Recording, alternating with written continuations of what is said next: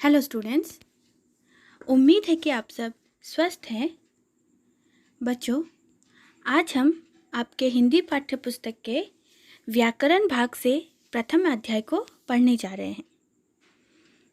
बच्चों, मन के विचार या भाव किस प्रकार दूसरों के सामने प्रकट करते हैं या फिर दूसरे अपने भाव या विचार किस प्रकार प्रकट करते हैं, यह भाषा के माध्यम से होता है।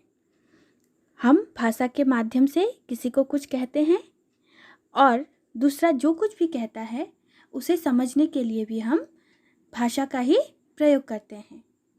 तो आज हम भाषा और व्याकरण के विषय में पढ़ने जा रहे हैं। आज हम भाषा क्या है और इसके रूप के विषय में चर्चा करेंगे। आओ बैठो कर लो बात, हंस लो गा लो लिख लो साथ, कथा कहानी या मन की बात, भाषा देती सब में साथ। तो हम बातें करते हैं, लिखते हैं, कहानियाँ सुनते हैं या फिर मन की बात कहते हैं। इन सब में हमारा साथ कौन देती है? हमारी भाषा।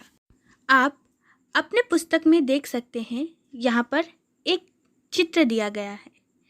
यहाँ दिए गए चित्र उस समय के हैं जब हमें आदि मानव कहा जाता था।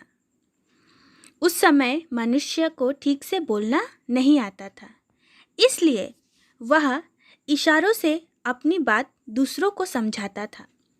धीरे धीरे मनुष्य ने अपने विचारों को प्रकट करने के लिए पत्थरों, चट्टानों, पेड़ की छालों आदि का कुछ संकेत और चिन्ह बनाने शुरू किए।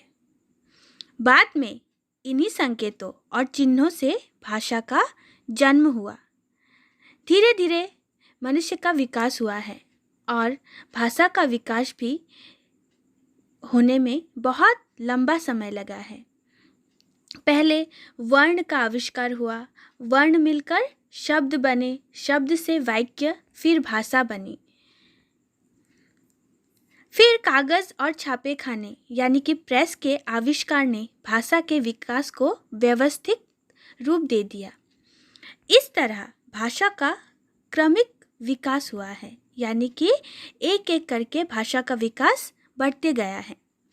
मनुष्य ही नहीं, पशु पक्षी भी तरह तरह की आवाज़ें निकालकर आपस में बातें करते हैं, किंतु हम उन्हें समझ नहीं पाते और न ही उनसे भाषा की रचना की जाती है। इसलिए मनुष्य ही एक ऐसा प्राणी है जो भाषा का प्रयोग करता है। इसलिए भी मनुष्य को सर्वश्रेष्ठ जीव के हिसाब में गिना जाता है, क्योंकि हमारे पास भाषा है जो कि अन्य किसी जीव के पास नहीं है।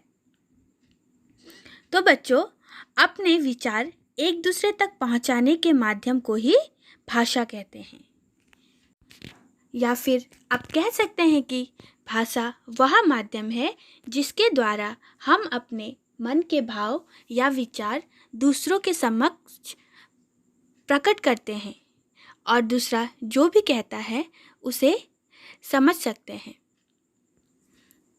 भाषा के रूप, भाषा के दो रूप हैं, मौखिक भाषा और लिखित भाषा। मौखिक भाषा, इन चित्रों को देखिए। इन चित्रों में वक्ता यानी कि बोलने वाला अपनी बात बोलकर बता रहा है, अतः इसे भाषा का मौखिक रूप कहा जाता है। यानी कि हम जब भी भाषा बोलकर व्यक्त करते हैं और दूसरा सुनकर समझता है तो वह भाषा का मौखिक रूप कहलाता है। भाषण, गाना, कविता पाठ आदि मौखिक भाषा के उदाहरण हैं। बोलना और सुनना मौखिक भाषा है। ये तो थी मौखिक भाषा। भाषा का दूसरा रूप है लिखित भाषा। इन चित्रों को देखिए। इन चित्रों में लिखकर अपनी बात दूसरों तक पहुंचाई जा रही है, अतः इसे भाषा का लिखित रूप कहते हैं। पुस्तक, लघु संदेश यानी कि SMS, ईमेल, निबंध लेखन, कविता लेखन, कहानी लेखन आदि लिखित भाषा के उदाहरण हैं। लिखना और पढ़ना लिखित भाषा है, यानी कि जब हम लिखे हुए को पढ़कर उसे समझते हैं वह भाषा का लिखित रूप कहलाता है। तो बच्चों, आज हम इस पाठ को यहीं तक पढ़ेंगे। आप पढ़ाए गए अंश का अभ्यास कीजिए और दिए गए कार्य को पूरा कीजिए। धन्यवाद।